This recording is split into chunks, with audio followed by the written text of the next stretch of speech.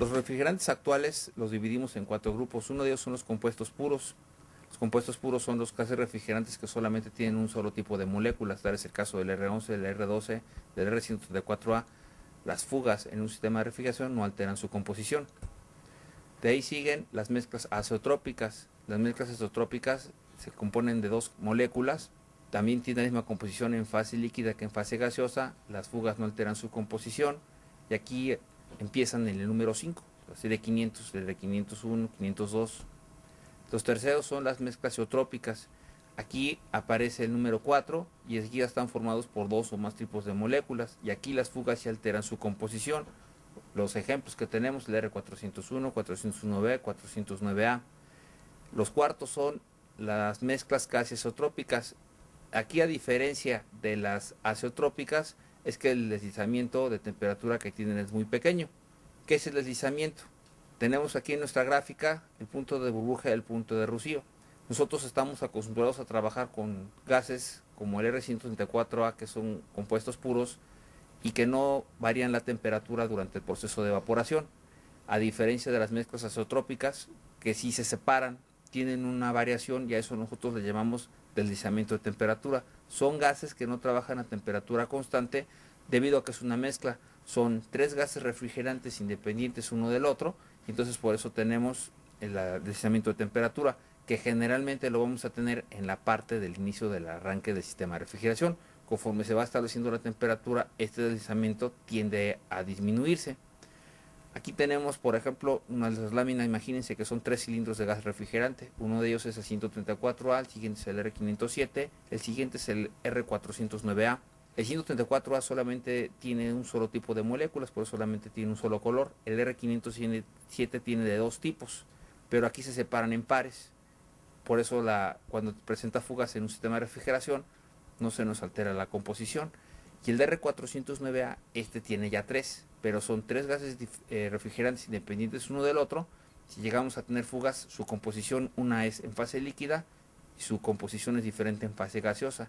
Este tipo de gases refrigerantes se deben de cargar siempre en fase líquida. Los gases puros o los gases azeotrópicos los vamos a poder cargar como siempre en fase gaseosa o en fase líquida, pero los azeotrópicos los deberemos de cargar todos en fase líquida, y como se ve, todos los que empiezan en 4 se deben de cargar en fase líquida. De lo contrario, se nos puede fraccionar el gas.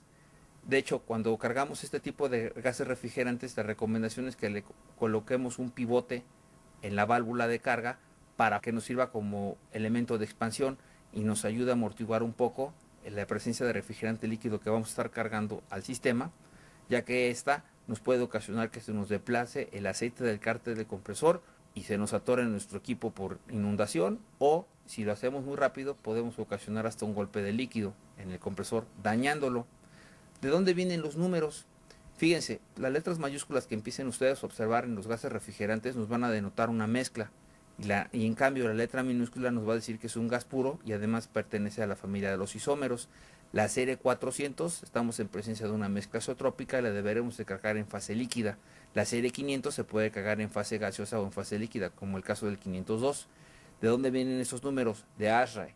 ASHRAE asigna los números a los gases refrigerantes bajo el estándar 34. De ahí se van tomando todos los números en base a las características de los gases. ¿Qué significan los números? El primer dígito a la derecha pues nos dice cuántos átomos de flúor tiene el gas refrigerante, y los demás nos van a decir cuántos átomos de hidrógeno, cuántos átomos de carbono tienen cada compuesto. La serie de los triple ceros están los metanos. La serie 100 son llaman etanos, es el 134A. La serie 400 se les llaman zeótropos, y ahí son los gases de la serie 400, como el 401A, 401B. La serie 500, ahí ya tenemos a los azeótropos, que ya son, como por ejemplo, el R507 o el R502, estos empiezan en 5, y estos los podemos cargar como si fuera un compuesto puro, fase gaseosa o fase líquida. Esta tabla que está aquí es la tabla del estándar 34. Como ustedes observarán, los gases refrigerantes con los que nosotros trabajamos tradicionalmente pertenecen a la clasificación A1, que son los que tienen la menor toxicidad y la menor inflamabilidad. Y por ejemplo, los nuevos gases, los hidrocarbonos, que son los que pertenecen al grupo A3, que son los que tienen más flamabilidad y un poquito más de toxicidad. Los sustitutos del R12, en esta lámina podemos observar 4. El R134A es el que es libre de cloro. Los otros tres tienen cloro en sus componentes y además los deberemos de cargar en fase líquida.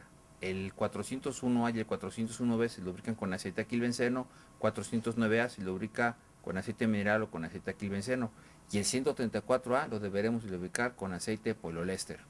En el caso del 409A, 401B y 409A los deberemos de cargar siempre en fase líquida por pertenecer a la serie 400 y además que en este caso es muy fácil hacer la actualización. En el caso del 134A no es recomendable que si nosotros tenemos un compresor en R12 lo queramos actualizar a R134A porque el proceso va a ser muy difícil y siempre vamos a tener contaminación cruzada ocasionada porque vamos a traer los lubricantes revueltos en el sistema.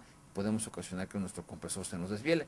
Cuando queramos hacer una actualización de esas características, lo mejor será comprar un compresor de 134A, darle un barrido al sistema e instalar el 134A. Como ustedes verán, los gases refrigerantes nuevos tienden a tener cada vez la presión más elevada.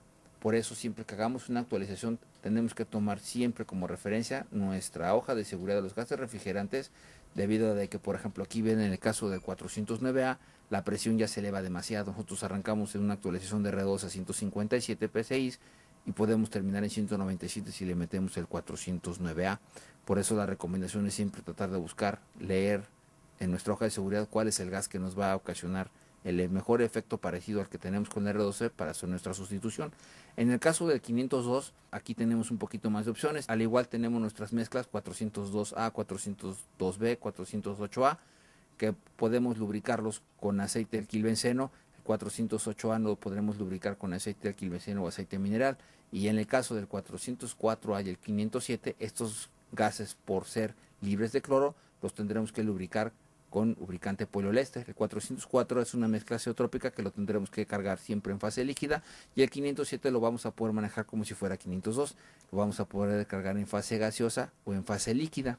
El 402A y el 402B los podremos lubricar con alquilbenceno. El 408A puede incluso trabajar con aceite mineral o aceite alquilbenceno. Y aquí es muy fácil hacer la actualización.